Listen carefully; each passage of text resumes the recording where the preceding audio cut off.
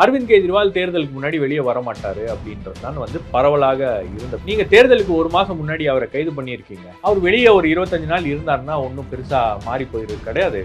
அதனால அவரை நாங்க இன்ட்ரீம் பெயில் கொடுக்குறோம். இது ஒரு தவறான முன் உதாரணம் ஆயிராதா? இப்ப சாமானிய மக்களுக்கு ஒரு சட்டம், அரசியல்வாதிகளுக்கு ஒரு சட்டமா? அரவிந்த் கெஜ்ரிவால் வெளியே இருந்தாருன்னா அரவிந்த் கெஜ்ரிவால் டெல்லி, குஜராத்ல கடந்த முறை ஒரு கடுமையான போட்டி அரவிந்த் கெஜ்ரிவாலால கொடுக்க முடிஞ்சு. ஒரு 10 சீட்டு, ஒரு 5 சீட்டு ஸ்விங் ஆச்சுன்னா கூட பிரச்சனை தான். மம்தா பானர்ஜியும் காங்கிரஸும் ஒண்ணு சேர மாட்டாங்க, ஆம் ஆத்மியும் காங்கிரஸும் ஒண்ணு சேர மாட்டாங்க, அகிலேஷும் காங்கிரஸும் ஒண்ணு சேர மாட்டாங்க. காங்கிரஸோட கூட்டணி சேர்ந்து விடக்கூடாது என்பதுதான் ஆம் ஆத்மி கட்சிக்கு நிர்பந்தம். என்ன பொறுத்த வரைக்கும் பாஜக செய்த ஒரே தவறு என்னன்னா, நாங்க இந்த தடவை 370 சீட்ஸ் வருவோம், 400 தொகுதிகளில் ஜெயிப்போம் என்டிஏ கூட்டணி அப்படின்னு அவர் சொன்னது, அதுவே அவர்களுக்கு எதிராக திரும்பி இருக்கிறது அப்படின்னு பாக்குறேன். ஏன்னா அது எல்லாரையும் அலர்ட் பண்ணி இந்த 21 நாள் அவர் எவ்வளவு யூட்டிலைஸ் பண்றாரோ, இந்த 21 நாள் அவர் வாழ்வா சாவான்னு அவர் எங்கெங்கெல்லாம் போய் பிரச்சாரம் பண்றாரோ அங்கெல்லாம் பிரச்சாரம் பண்ணி ஒரு 20 சீட்டை பாஜகவுக்கு குறைச்சாலும் பாஜக சிக்கலுங்க. பட் சாமானிய மக்கள் மத்தியில இன்னைக்கு விலைவாசி உயர்வு, வேலை வாய்ப்பு ஒரு மிகப்பெரிய பிரச்சனை. அது ரோல் பிளே பண்ணுமா? கண்டிப்பா பிளே பண்ணுவோம். அது எப்படி பிளே பண்ணாம இருக்கும்? அப்படி 25 கோடி ஏழைகளை நாங்க பணக்காரனா மாத்தி இருக்கோம், கழிவறை இல்ல அதெல்லாம் சொல்றாங்க. அவன் நிலைமை அவனுக்கு தானே தெரியும். பிரதமர் பேசுறான்னா பிரதமருக்கு நோட்டீஸ் அனுப்பணும். அதை விட்டுட்டு ஜேபி நட்டாக்கு நோட்டீஸ் அனுப்பிச்சு அவர் என்ன பண்ணுவாரு? பாஜக பதற்றமா இருக்காங்கன்றது ஓகே, எலெக்ஷன் கமிஷன் பதற்றமா இருக்கு. இல்ல அதுதான், பாஜகவை விட அதிகமான பதற்றம் எலெக்ஷன் கமிஷனுக்கு இருக்கிறது. மம்தா பானர்ஜி இருக்காங்க, முக ஸ்டாலின் இருக்காங்க, ராகுல் காந்தி, பிரியங்கா காந்தி, இத்தனை ஃபோர்ஸ் இருக்கிறப்ப அரவிந்த் கெஜ்ரிவால் தான் இந்தியா கூட்டணியை மக்கள் கிட்ட கொண்டு சேர வேண்டிய தேவை இருக்கு.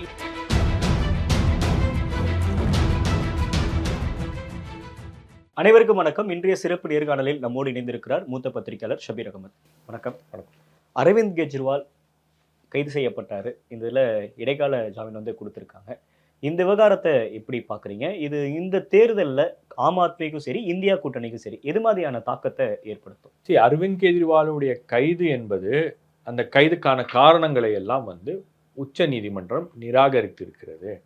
அரவிந்த் கெஜ்ரிவாலுடைய கைது அந்த டைமிங் இருக்கு இல்லையா, அதை தான் இந்தியா கூட்டணியினர் கேள்விக்குறியாக்குறாங்க. நீங்க ஆகஸ்ட் 2022 கேஸை ரெஜிஸ்டர் பண்ணீங்க. அரவிந்த் கெஜ்ரிவாலுடைய கைது என்பது தேர்தலுக்கு ஒரு மாதத்துக்கு முன்பு அவர் கைது செய்யப்பட்டிருக்கிறார் அப்படின்னும் போது, இவர் தேர்தல் பிரச்சாரத்தில் ஈடுபடக்கூடாது, தேர்தலில் இவர் வெளியே இருந்தார்னா அது பாஜகவுக்கு ஒரு பின்னடைவாக அமையும் அப்படின்ற ஒரே காரணத்துக்காக மட்டும்தான் அவர் சிறையில் அடைக்கப்பட்டிருக்கிறார். அதே தான் ஹேமந்த் சோரனுக்கும் அதை தான் சொல்றாங்க. நீங்க ஹேமந்த் சோரனுடைய கைது அப்போ கூட பெரிய அளவுக்கு ஒரு மக்கள் மத்தியில ஒரு அதிருப்தியோ அல்லது என்னடா இப்படி பண்ணிட்டாங்க, ஒரு சிட்டிங் சீஃப் மினிஸ்டர் அரெஸ்ட் பண்ணிட்டாங்களே அப்படின்ற மாதிரிலாம் பெரிய அளவுக்கு ஒரு பேச்சு பொருளாக மாறவில்லை. அரவிந்த் கெஜ்ரிவாலோட கைது பண்ணதுக்கு பிறகுதான் சர்வாதிகாரத்தை நோக்கி இந்த நாடு போய்கொண்டு இருக்கிறதா, சர்வாதிகாரம் மேலோங்குகிறதா, மோடி ஒரு தேர்தலில் ஜெயிப்பதற்காக அரவிந்த் கெஜ்ரிவால் ஒரு சிட்டிங் சீஃப் மினிஸ்டரை கைது செய்கிறார் அப்படின்ற மாதிரிலாம் விமர்சனங்கள் வந்துச்சு. அது பெரிய அளவுக்கு இந்தியா கூட்டணியுடைய பிரச்சாரமாகவும் அது மாறியது. இந்த அரவிந்த் கெஜ்ரிவாலுடைய கைதுக்கு பிறகு அந்த பிரச்சாரம் பெரிய அளவுக்கு அந்த பிரச்சாரத்திலையும் ஒரு துணி பிஜேபி பயப்படுறாங்க அப்படின்ற மாதிரி பிஜேபி பயப்படுகிறது. அது மட்டும் இல்லாம சர்வாதிகாரத்தை நோக்கி இந்த நாடு போய்கொண்டு இருக்கிறது. உதாரணம் என்ன அப்படின்னு கேட்டீங்கன்னா பாருங்க, அரவிந்த் கெஜ்ரிவாலை கைது பண்ணிட்டாங்க, ஒரு சிட்டிங் சீஃப் மினிஸ்டர் கைது பண்ணிட்டாங்க, அதுக்கப்புறம் தான் துருவராட்டியுடைய வீடியோஸ், இது எல்லாமே ஒரு டோனை செட் பண்ணிச்சு. அரவிந்த் கெஜ்ரிவால் தேர்தலுக்கு முன்னாடி வெளியே வர மாட்டாரு அப்படின்றது தான் பரவலாக இருந்த பேச்சு. பட் சுப்ரீம் கோர்ட்டில் அவர் கேஸ் ஃபைல் பண்ணுறாரு. சுப்ரீம் கோர்ட் அந்த ஹியரிங் நடந்துகிட்டே இருக்கு. சுப்ரீம் கோர்ட் என்ன சொல்லுது அப்படின்னா, நீங்கள் ஆகஸ்ட் 2022 நீங்கள் கேஸை ரெஜிஸ்டர் பண்ணிட்டு நீங்கள் தேர்தலுக்கு ஒரு மாதம் முன்னாடி அவரை கைது பண்ணியிருக்கீங்க. அந்த கைது ஒரு 50 நாள் அவர் ஆல்ரெடி சிறையில் இருந்துட்டாரு. இன்னும் ஒரு 25 நாள் அவர் வெளியே போய் பிரச்சாரத்தில் ஈடுபடுவது, அவர் முக்கியமான ஆப்போசிஷன் பார்ட்டி லீடர், அவருடைய கடமை என்பது இருக்கிறது. இந்த ஜனநாயக திருவிழாவில் அவர் பங்கேற்க வேண்டும் அப்படின்ற அந்த கடமை என்பது இருக்கிறது. அவர் வெளியே ஒரு 25 நாள் இருந்தார்னா ஒன்றும் பெருசாக மாறி போயிருக்கு கிடையாது. அதனால அவரை நாங்கள் இன்ட்ரீம் பெயில் கொடுக்குறோம், 2ஆம் தேதி அவர் மீண்டும் சரண்டர் ஆயிடணும் அப்படின்னு சொல்லிட்டு இன்ட்ரீம் பெயில் கொடுத்துருக்காங்க. இது பாஜகவுக்கு ஒரு மிகப்பெரிய பின்னடைவு. பாஜக எதிர்பார்த்ததா மாதிரி எந்த விஷயமும் வந்து இந்த தேர்தல்ல அவங்களுக்கு சாதகமாக அமையவில்லை அப்படின்னு. இப்ப அரவிந்த் கெஜ்ரிவால் வந்து மீண்டும் 2ஆம் தேதி அவர் போய் சரண்டர் ஆகணும். அவர் ஒரு குற்றமற்றவர், ஊழலற்றவர் அப்படின்றது இன்னும் நிரூபணமாகலையே. இல்ல ஊழல் அற்றவர் அப்படின்றது யாருமே அவர் வந்து ஊழல் அற்றவர் அப்படின்லாம் யாருமே சொல்லி, அவர் மீது வழக்கு இருக்கிறது. அந்த வழக்கு விசாரணை நடக்க வேண்டும். அது நியாயமாக நடந்தால் அதுல நீதிமன்றம் தான் அதை முடிவு செய்ய முடியும். நீங்களும் முடிவு செய்ய முடியாது, நானும் முடிவு செய்ய முடியாது. அவர் மீது ஊழல் புகார்களை முன்வைத்து அவங்க இது பண்றாங்க. இப்போ ஊழல் புகார்கள் அப்படின்னு கூட பாத்தீங்கன்னா, பாஜகவுடைய ட்ராக் ரெக்கார்ட்ல பாஜக வந்து இவர் மீது ஊழல் குற்றச்சாட்டுகள் வைக்கிறது கூட வந்து பெரிய அளவுக்கு ஒரு நம்பகத்தன்மை இல்லை அப்படின்னு நான் பாக்குறேன். காரணம் என்னன்னா, யார் யார் மீதெல்லாம் 2014ஆம் ஆண்டு ஊழல் குற்றச்சாட்டுகளை பாஜக முன்வைத்தார்களோ அவர்கள் எல்லாருமே இன்னைக்கு வந்து பாஜகவில் ஐக்கியமாயிருக்காங்க. அப்போ ஊழல் செய்தவர்கள் எல்லாருமே பாஜகவில் ஐக்கியமானதுக்கு பிறகு அவர் மீதான வழக்குகள் போயிருக்கு. அவங்க மீதான வழக்குகள்ல அந்த வேகம் என்பது குறைந்திருக்கிறது. அப்போ இந்த பேச்சு அப்படின்றது பெரிய அளவுக்கு மக்கள் மத்தியில எடுபட மாட்டேங்குது. அது மட்டும் இல்லாம உங்களுக்கு இந்த எலக்டோரல் பாண்ட்ஸ்ல பெரிய அளவுக்கு வந்து ஊழல் நடந்திருக்கிறது. உச்சநீதிமன்றமே கேள்வி ஆமா, உச்சநீதிமன்றம் கேள்வி கேட்டிருக்கு. ரெண்டாவது அதுல குவிட் ப்ரோக்கோ இருக்கு அப்படின்றதெல்லாம் வந்து இண்டிபெண்டன்ட் நியூஸ் ஆர்கனைசேஷன் அதை கிளியரா எஸ்டாப்ளிஷ் பண்ணியிருக்காங்க. அந்த ஸ்டோரிஸ் எல்லாம் வந்து பெரிய அளவுக்கு மக்கள் மத்தியில போய் ரீச் ஆயிருக்கு. மெயின் ஸ்ட்ரீம் மீடியா பண்ணலன்னா கூட ஓரளவுக்கு இண்டிபெண்டன்ட் ஜேர்னலிஸ்ட் பண்ண வேலை வந்து மக்கள் மத்தியில போய் அது சேர்ந்து இருக்கிறது. அதனால பாஜக இன்னைக்கு சொல்லக்கூடிய அந்த ஊழலுக்கு எதிரான போராட்டம், ஊழலுக்கு எதிராக நாங்கள் வந்து கடுமையான நடவடிக்கைகள் எடுக்கிறோம் அப்படின்றதெல்லாம் வந்து எடுபடலை இந்த தேர்தல் களத்துல. இங்கே நேற்று அந்த சுப்ரீம் கோர்ட்ல வந்து இவங்க இடியோட தரப்புல அந்த ஆர்குமெண்ட்ல வந்து சொல்றாங்க, இப்போ நீங்க உங்களுக்கு வந்து பிரச்சாரத்துக்காக அவருக்கு வந்து பிணை கொடுக்குறீங்க, ஜாமீன் கொடுக்குறீங்க அப்படின்னா இது ஒரு தவறான முன்னுதாரணம் ஆயிராதா? இப்போ சாமானிய மக்களுக்கு ஒரு சட்டம், அரசியல்வாதிகளுக்கு ஒரு சட்டமா அப்படின்ற மாதிரி கேள்வி முன் வராதா? கடுமையான முயற்சியை எடுத்தாங்க இவருக்கு பெயில் கிடைச்சிடக்கூடாது அப்படின்றதுக்காக. நீங்க லோயர் கோர்ட்ல போய் அவங்க என்ன சொன்னாங்க, இவர் வந்து தனக்கு பெயில் கிடைக்க வேண்டும் என்பதற்காகவே அரவிந்த் கெஜ்ரிவால் அவருக்கு டயபெட்டிஸ் இருக்கு, சுகர் இருக்கு, ஆனால் அவர் நிறைய மாங்காய் சாப்பிட்றாரு, நல்ல வந்து ருசியான மாங்காவை வந்து அவர் உட்கொள்கிறார், வேண்டுமென்றே அவர் வந்து மாங்காவை நிறைய சாப்பிட்றாரு, அதனால அவருக்கு வந்து சுகர் அதிகமாகி மெடிக்கல் கிரவுண்ட்ஸ்ல பெயில் கிடைப்பதற்காக அரவிந்த் கெஜ்ரிவால் இதெல்லாம் பண்றாரு அப்படின்னாங்க. நான் கேட்குறேன், நீங்க பொதுவா வந்து ஒரு ஊழல் வழக்கு அப்படின்னு இருந்தா கூட இந்நேரம் வந்து பல ஆதாரங்களை வந்து ஊடகங்கள்ல லீக் பண்ணியிருப்பாங்க, வெளியே வந்திருக்கும். அரவிந்த் கெஜ்ரிவால் தொடர்பான எந்த ஆதாரம் வந்து சமூக வலைதளங்கள்லையோ அல்லது ஊடகங்கள்லையோ வந்திருக்கு? எதுவுமே வரல. அரவிந்த் கெஜ்ரிவால் மீது ஒரு குற்றச்சாட்டு இருக்கு. சரி, அரவிந்த் கெஜ்ரிவாலுடைய பெயர் எப்படி வருகிறது இந்த வழக்குல அப்படின்னு பாத்தீங்கன்னா, இந்த வழக்குல ஆந்திராவில இருந்து சில பேர் கைது செய்யப்பட்டிருக்காங்க. அதுல வந்து அந்த சரத் சந்திர ரெட்டி, அதுக்கப்புறம் வந்து அங்க டிடிபியோடைய இப்போ கேண்டிடேட்டா இருக்காரு முகுண்டா. இவர்களுடைய அவருடைய பையனை வந்து கைது பண்ணியிருக்காங்க. அந்த பையனை கைது பண்ணும்போது அந்த பையன் வந்து ஃபர்ஸ்ட் ஸ்டேட்மெண்ட்ல அரவிந்த் கெஜ்ரிவால் பேரை சொல்ல, 2வது ஸ்டேட்மெண்ட்ல அரவிந்த் கெஜ்ரிவால் பேரை சொல்ல, 3வது ஸ்டேட்மெண்ட்ல அரவிந்த் கெஜ்ரிவால் பேரை சொல்ல, 4வது 5வது ஸ்டேட்மெண்ட்ல அரவிந்த் கெஜ்ரிவாலோட பேரை சொல்றாரு. சொன்ன அடுத்த நாளே அவருக்கு ஜாமீன் கிடைக்கிறது. சரி, ஜாமீன் கிடைக்கிறது மட்டும் இல்லாம அந்த அந்த அந்த வழக்குல சம்பந்தப்பட்டிருக்கக்கூடிய அந்த குடும்பத்துல இருக்கக்கூடிய ஒரு நபருக்கு டிடிபில சீட் கொடுக்குறாங்க. அவர் தேர்தலில் போட்டியிடுகிறார். டிடிபி யாரோட கூட்டணியில இருக்காங்க? பிஜேபியோட கூட்டணியில இருக்காங்களா? பிஜேபி எங்கேயாச்சும் சொல்லியிருக்கா அவருக்கு சீட் கொடுக்கக்கூடாது, எதுக்கு கொடுக்குறீங்க அப்படின்னு கேட்டிருக்கணும்ல. ஒரு பெரிய ஊழலுக்கு எதிராக நாங்க வழக்கு நடத்திட்டு இருக்கோம் டெல்லியில. டெல்லி முதலமைச்சரை இந்த வழக்குல சம்மந்தப்பட்டிருக்காரு, கைது பண்ணியிருக்கோம். தெலுங்கானா முன்னாள் முதலமைச்சருடைய மகள் இந்த வழக்குல கைது செய்யப்பட்டிருக்காங்க, அவங்கள கைது பண்ணி சம்மந்தப்பட்டிருக்காங்க, அவங்கள கைது பண்ணியிருக்கோம். அதனால இந்த நபருக்கு நீங்க சீட்டு கொடுக்கக்கூடாதுன்னு பாஜக சொல்லியிருக்கணுமா இல்லையா? ஏன் சொல்லல? ஏன் அவர் தேர்தலில் போட்டியிடுகிறார்? அப்போ பாஜகவுடைய அந்த ஊழலுக்கு எதிரான நடவடிக்கை அப்படின்றது பாரபட்சமாக இருக்கிறது. அதுல ஒரு இரட்டை நிலைப்பாடு இருக்கிறது. யாரெல்லாம் ஊழல் செய்து பாஜக பக்கம் வந்துட்டாங்கன்னா அவங்களுக்கு எந்த விதமான ஒரு குறையும் இல்லாம பாஜக பாத்துக்கிறாங்க. மற்ற எதிரணியில இருக்கக்கூடியவர்களை மட்டும்தான் வந்து இந்த மாதிரி வழக்குகளை வைத்து டார்கெட் பண்றாங்க அப்படின்ற நரேட்டிவ் வந்து பெரிய அளவுக்கு வந்து மக்கள் மத்தியில அது போய் சேர்ந்திருக்கிறது. அதனாலதான் இப்போ அவங்க என்னதான் பேசினா கூட அரவிந்த் கெஜ்ரிவாலை பொறுத்த வரைக்கும் ஒரு விஷயம், உங்களுக்கு வந்து டெல்லியில 2 டேர்ம் அவர் ஆட்சி பண்றாரு. அவர் பண்ணியிருக்கக்கூடிய வேலை அப்படின்றது அவருக்காக அந்த ஆதரவை இன்னும் வந்து அப்படியே நிலைத்து வைத்திருக்கிறது. பாஜக என்னதான் குற்றச்சாட்டு சொன்னாலும் அந்த குற்றச்சாட்டு மக்கள் மத்தியில பெரிய அளவுக்கு எடுபடாததுக்கு காரணம் வந்து அவருடைய வேலை, அவரு வந்து அவர் செய்திருக்கக்கூடிய அரசியல், அதுக்கப்புறம் வந்து அவருடைய பெர்ஃபார்மன்ஸ் இருக்கு இல்லையா, அந்த பெர்ஃபார்மன்ஸ் தான் வந்து அரவிந்த் கெஜ்ரிவாலை பேசுது. நீங்க இன்னைக்கு கூட டெல்லியில போனீங்கன்னா டெல்லியை அரவிந்த் கெஜ்ரிவால் ஆளட்டும் சார், இந்தியா வேணா வந்து மோடிக்கு ஓட்டு போடுறோம் அப்படின்ற மாதிரி தான் வந்து கடந்த முறை எந்த அளவுக்கு ஒரு ஆன்டி இன்கம்சி இந்த தேர்தல்ல இருக்கு இல்ல, பெரிய அளவுக்கு இல்ல. பெரிய அளவுக்கு இல்ல. ஓகே. நீங்க இந்த தேர்தல்ல கூட உங்களுக்கு பாத்தீங்கன்னா பாஜகவுக்கு ஒரு பயம் ஏற்கனவே உருவாயிருச்சு. நீங்க டெல்லியில இருக்கக்கூடிய ஒரே ஒரு கேண்டிடேட் பாஜகவுடைய எம்பியை தவிர மீதி எல்லா கேண்டிடேட்டையும் மாத்திருக்காங்க. எதற்கு மாத்த வேண்டும்? ஏன்னா எல்லா கேண்டிடேட் மீதும் அதிருப்தி. அதுல குறிப்பா கௌதம் கம்பீர், அதுக்கப்புறம் முன்னாள் சுகாதாரத்துறை அமைச்சர் ஹர்ஷ்வர்தன், அவர் மீதும் வந்து மக்கள் மத்தியில் அதிருப்தி. அவங்கெல்லாம் வந்து நாங்க வந்து எங்க கரியரை பார்க்க போயிட்டோம், கிளைமேட் சேஞ்சை வந்து நான் பார்க்க போயிட்டேன் அப்படின்லாம் ஹர்ஷ்வர்தன் வந்து லீவ் லெட்டர் எழுதி வச்சுட்டு போயிட்டாரு. அப்போ உங்களுக்கு வந்து என்னன்னா அங்க வந்து பாஜக மீது ஒரு கடுமையான அதிருப்தி என்பது இருக்கிறது. பாஜக எம்பிஸ் எதுவும் பண்ணல அப்படின்ற ஒரு இது இருக்கு. அப்போ இதெல்லாம் வந்து இருக்கும்போது அரவிந்த் கெஜ்ரிவால் வெளியே இருந்தாருன்னா, அரவிந்த் கெஜ்ரிவால் வந்து டெல்லி, குஜராத்ல கடந்த முறை வந்து ஒரு கடுமையான போட்டி அரவிந்த் கெஜ்ரிவாலால கொடுக்க முடிஞ்சு. ஒரு 10 சீட்டு, ஒரு 5 சீட்டு குறைச்சா கூட ஸ்விங் ஆச்சுன்னா கூட பிரச்சனை தான். அப்போ டெல்லி, குஜராத், பஞ்சாப், அதுக்கப்புறம் வந்து உங்களுக்கு ஹரியானாக்கு அப்புறம் ஓரளவுக்கு உங்களுக்கு பாத்தீங்கன்னா யூபியில ஒரு சில இடங்கள், அதுக்கப்புறம் மத்திய பிரதேஷ், அதுக்கப்புறம் வந்து அவரு ராஜஸ்தான், இது போன்ற மாநிலங்கள் எல்லாம் அவர் வந்து பிரச்சாரம் பண்ணார்னா உங்களுக்கு அந்த பிரச்சாரம் எடுபடும். கொஞ்சம் ஃபோர்ஸ்ஃபுல்லா பிரச்சாரம் பண்ணுவாரு. நீங்க அரவிந்த் கெஜ்ரிவாலை பொறுத்த வரைக்கும் மோடி எந்த அளவுக்கு சில விஷயங்கள் எல்லாம் வெளியே மேனேஜ் பண்றாரோ அதே அளவுக்கு ஈக்குவலா ட்ராமடைஸ் பண்ணி மேனேஜ் பண்ணக்கூடிய ஒரு கேப்பபிலிட்டி இருக்கக்கூடிய ஒரு லீடரா நான் அவரை பத்தி படிக்கிறப்ப சொல்ற தகவல்லாம் வருது. சாமானிய மக்களுக்கு புரியுற மாதிரியே பேசுவார் அரவிந்த் கெஜ்ரிவால். அந்த அளவுக்கான ஒரு அரசியல் பேசுறது ஒண்ணு, ரெண்டாவது அந்த அந்த அந்த பேசக்கூடிய பேச்சை மக்கள் நம்புகிறார்களா அப்படின்றது ஒண்ணு. இப்ப நீங்க இந்தியா கூட்டணியில இருக்கக்கூடிய தலைவர்கள் யார் பேசினாலும் வந்து அதுல பாஜக ஒரு விமர்சனத்தை முன் வச்சாங்கன்னா, ஆமாப்பா காங்கிரஸ் பேசினாங்கன்னா எடுபட மாட்டேங்குது அப்படின்னு நீங்க சொல்லலாம்.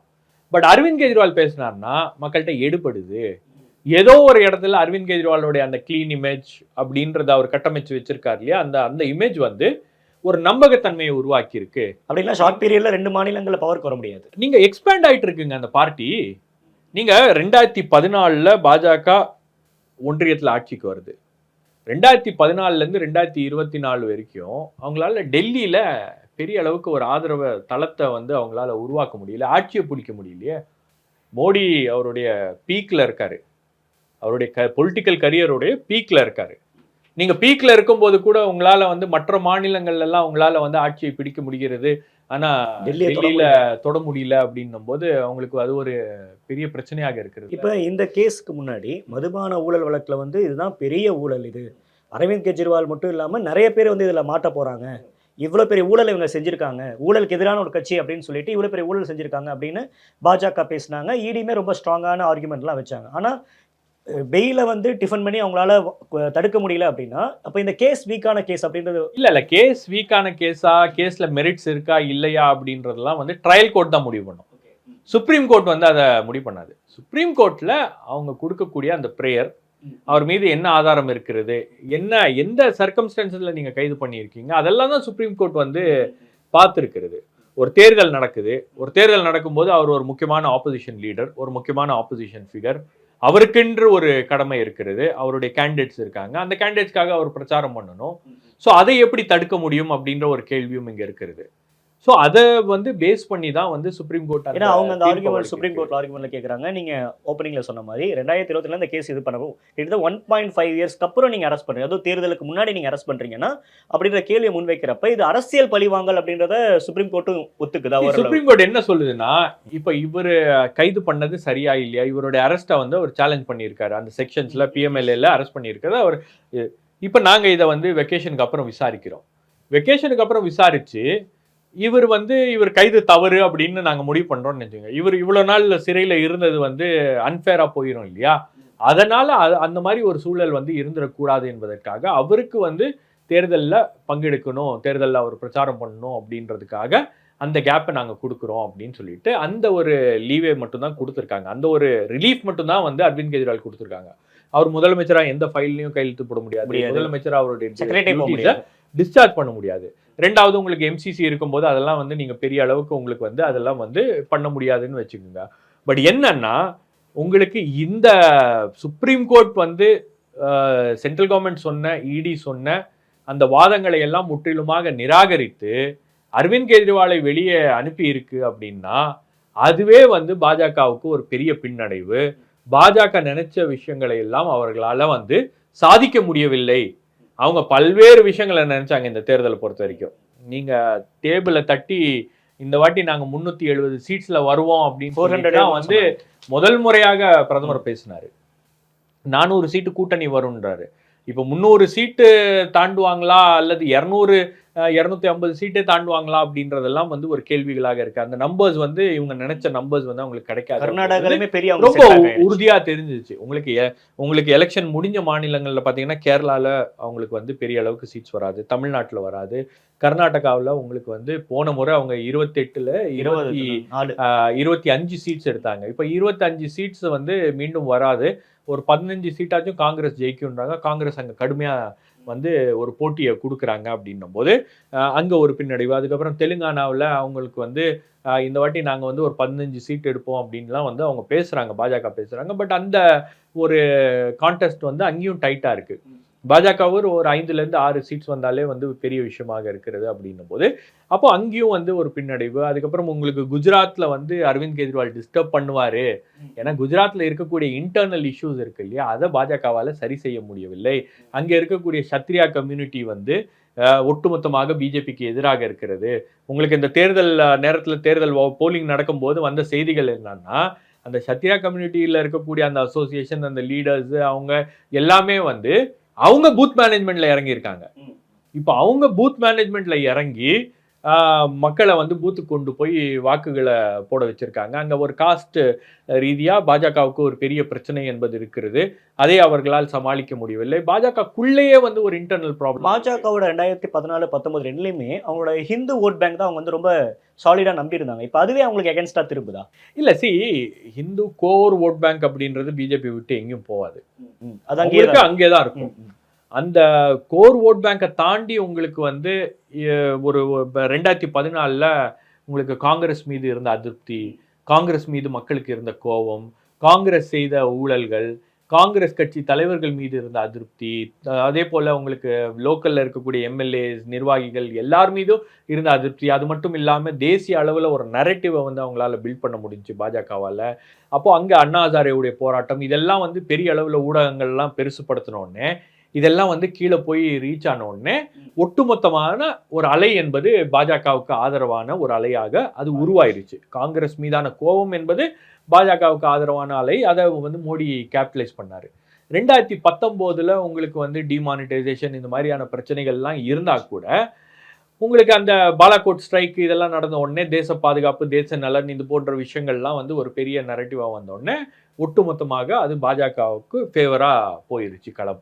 இன்னொன்று, எதிர்கட்சிகளும் வந்து டிவைடடாக இருந்தாங்க. எதிர்கட்சிகள் வந்து 2014லேருந்து 2024 எலெக்ஷனுக்கு ஒரு 3-4 மாதம் முன்னாடி தான் வந்து அவங்க கொஞ்சம் சுதாரிச்சுட்டு, ஏன்னா எனக்கு திருமாவளவன் பேட்டி கொடுக்கும்போது சொன்னார், 2014ல் நாங்கள் வந்து இந்த மாதிரி வரும்னு கணிக்கல, 2019லையும் எங்களால் ஒன்று கூட முடியவில்லை, 2024லையும் முழுமையாக எங்களால் ஒன்று கூட முடியவில்லை என்றாலும் ஏதோ ஓரளவுக்கு நாம் வந்து பாஜகவை எதிர்க்கின்ற ஒரு அணியாக உருவாகி இருக்கிறோம். இதை முன்கூட்டியே நம்ம செய்திருக்கணும். ஒரு 5 வருஷத்துக்கு முன்னாடியே இதை பண்ணியிருக்கணும்.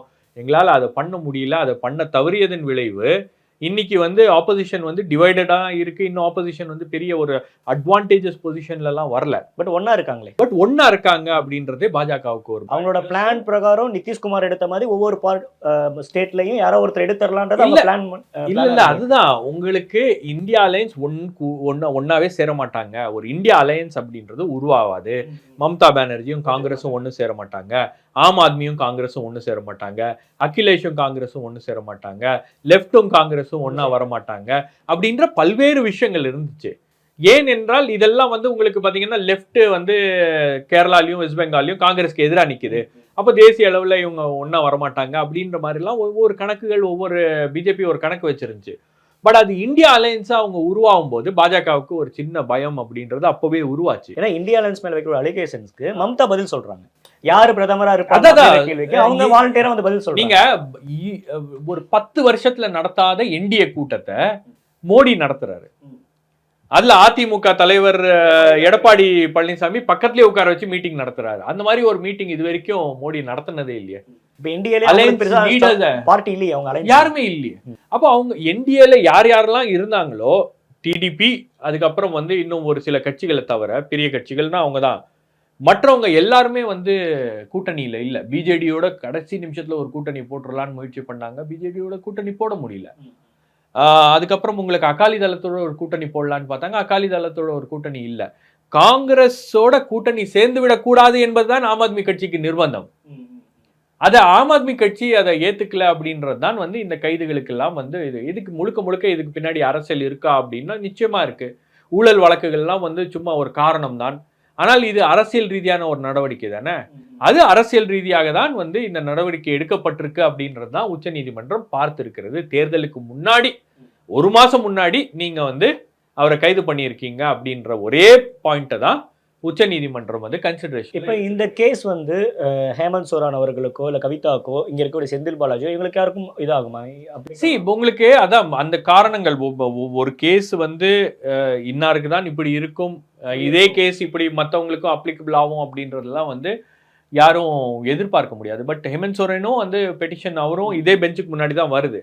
அப்போ அது அந்த அந்த இந்த கிரவுண்ட்ஸை வந்து அதை அந்த கேஸில் கன்சிடரேஷன் பண்ணுவாங்களா அப்படின்றது நம்ம பார்க்கணும்.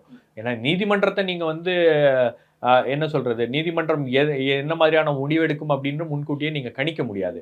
பட் ஆனால் நீதிமன்றம் எடுத்திருக்கக்கூடிய நடவடிக்கைகளில் ஒரு புரிதல் என்பது இருக்கிறது. இந்த சமயத்தில் இன்னார் கைது செய்யப்பட்டிருக்கிறார், ஒரு முக்கியமான அரசியல் கட்சி தலைவர், ஆப்போசிஷன்ல இருக்கக்கூடிய ஒரு மிக முக்கியமான ஃபேஸ் கைது செய்யப்பட்டிருக்கிறார் அப்படின்னா அவர் ஏன் கைது செய்யப்பட்டிருக்கிறார், அவருக்கு தேர்தல் பிரச்சாரத்தில் ஈடுபடக்கூடிய ஒரு ஒரு ஒரு சூழல் அப்படின்றது உருவாக்க வேண்டும் அப்படின்றது சுப்ரீம் கோர்ட்டுடைய கன்சிடரேஷனாக இருக்கு. ஆனால் பாஜகவுடைய பிரச்சனை என்னன்னா, பாஜக பல மாநிலங்களில் அவர்கள் செய்த வியூகங்கள் எல்லாம் வந்து தவிடுபொடியாகி இருக்கிறது, வேலைக்காகல. அவங்க நினைச்ச எந்த விஷயமும் வந்து பெரிய அளவுக்கு அவங்களுக்கு கை கொடுக்கல. 2014 அவங்ககிட்ட ஒரு தீம் இருந்துச்சு, ஒரு நரேட்டிவ் இருந்துச்சு, ஒரு அஜெண்டா இருந்துச்சு. 2019 ஒரு தீம், ஒரு அஜெண்டா இருந்துச்சு. 2024 அவங்களுடைய மேனிஃபெஸ்டோலயே நான் இதை ப்ராமிஸ் பண்ணியிருக்கேன் அப்படின்றத பேசல. அவரோட மேனிஃபெஸ்டோ பத்தி எங்க பேச மாட்டாரு, மோடிக்கு கேரண்டியை பத்தி பேசல. என்ன பொறுத்த வரைக்கும் பாஜக செய்த ஒரே தவறு என்னன்னா, நாங்க இந்த தடவை 370 சீட்ஸ் வருவோம், 400 தொகுதிகளில் ஜெயிப்போம் என்டிஏ கூட்டணி அப்படின்னு அவர் சொன்னது, அதுவே அவர்களுக்கு எதிராக திரும்பி இருக்கிறது அப்படின்னு பார்க்குறேன். ஏன்னா அது எல்லாரையும் அலர்ட் பண்ணிருச்சு. பாஜகவுக்கு எதிரான மனநிலையில் இருக்கக்கூடியவர்கள் எல்லாரையும் வந்து அது கன்சால்டேட் பண்ணிருச்சு. இப்போ நீங்க சொல்லிடுறீங்க அரவிந்த் கெஜ்ரிவால் வருகை அப்படின்றது ஆம் ஆத்மிக்கு சரி இந்தியா கூட்டணிக்கும் சரி ஒரு ப்ளஸ்ஸாக போகும் அப்படின்ட்டு.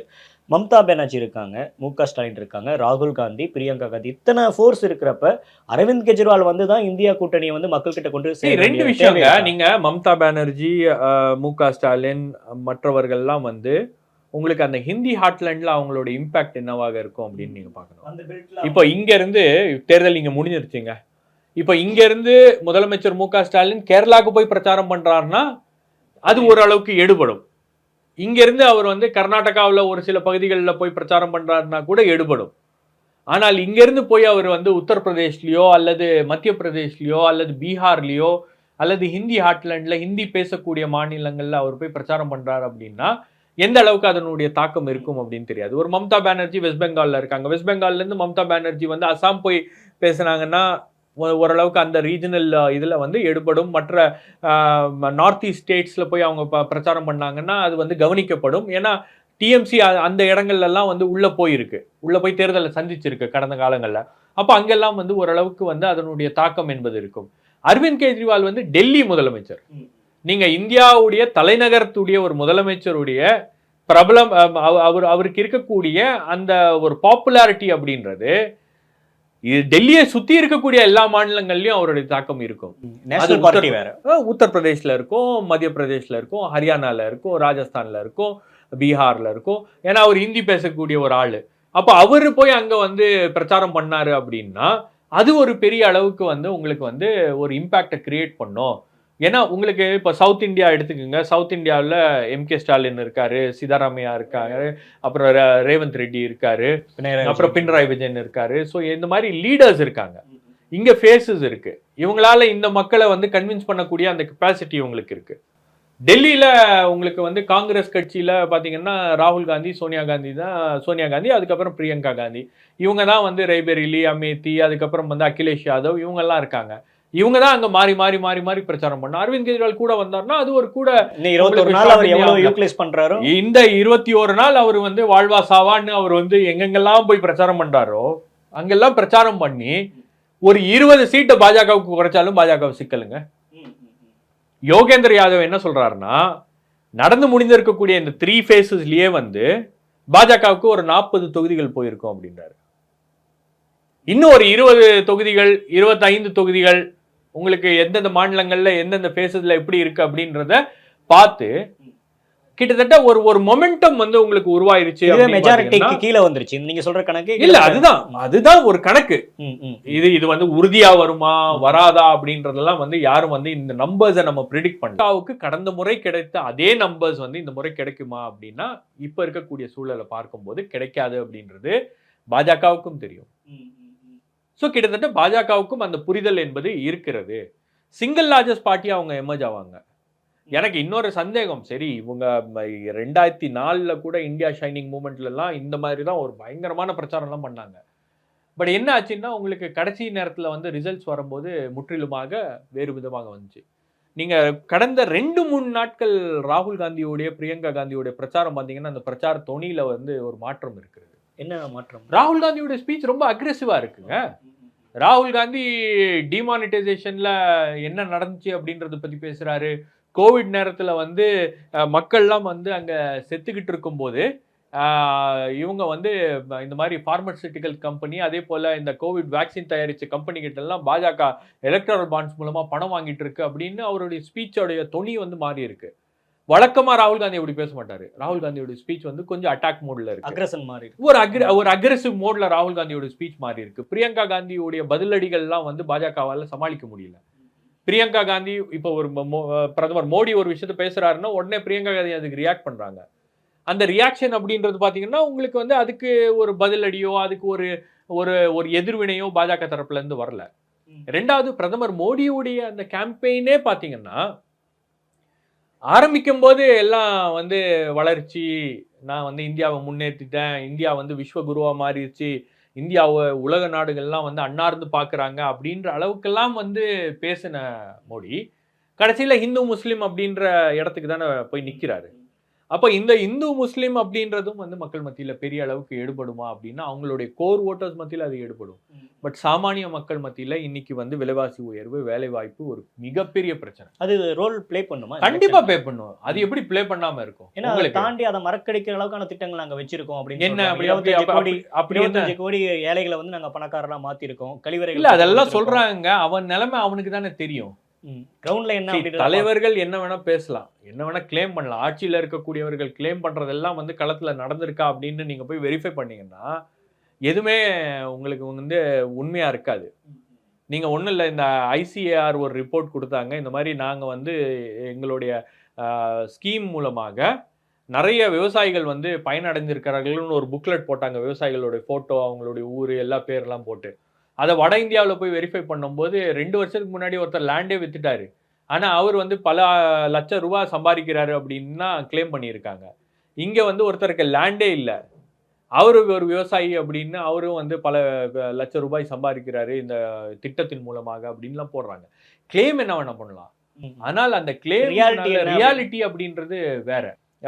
பாஜகவுடைய வெறுப்பு பேச்சு, பாஜகவுடைய அந்த மதவாத அரசியல், இதை வந்து கண்டும் காணாமலும் எலெக்ஷன் கமிஷன் இருக்கிறது அப்படின்றது ஒரு மிகவும் வேதனையான ஒரு விஷயம். நீங்க பிரதமர் பேசுறாருன்னா பிரதமருக்கு நோட்டீஸ் அனுப்பணும்.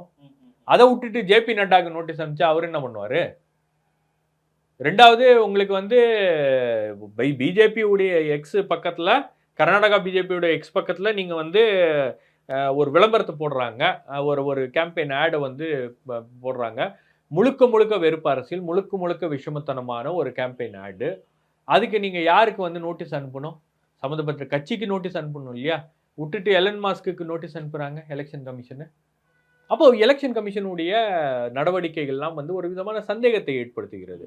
உங்களுக்கு பாஜக போலிங் பதற்றமா டேட்டாவை இருக்காங்கன்றது ஓகே, எலெக்ஷன் கமிஷனும் பதற்றமா இருக்கா? இல்ல அதுதான் பாஜகவை விட அதிகமான பதற்றம் எலெக்ஷன் கமிஷனுக்கு இருக்கிறது. நாங்க வந்து எலெக்ஷன் நடத்துறோம், எங்களுக்கு வந்து நான் என்ன கேட்கிறேன், உங்களுக்கு எலெக்ஷன் கமிஷனுடைய ரோல் என்ன?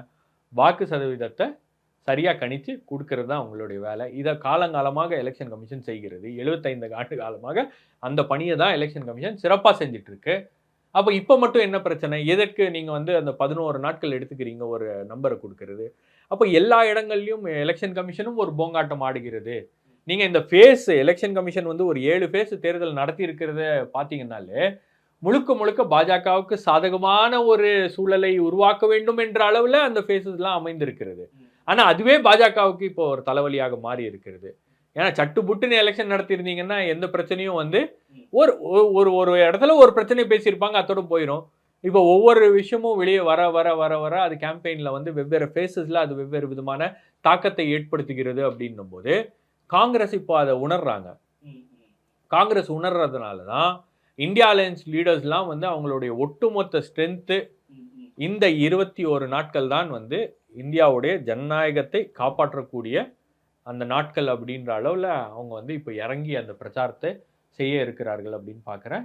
வரக்கூடிய நாட்களில் உங்களுக்கு வந்து மோடி பாப்புலாரிட்டிலாம் இருக்குது. யாருமே வந்து மோடிக்கு ஈக்குவலாக ஒரு பெரிய லீடர் எமர்ஜ் ஆகிட்டாருன்னு யாருமே சொல்லலை.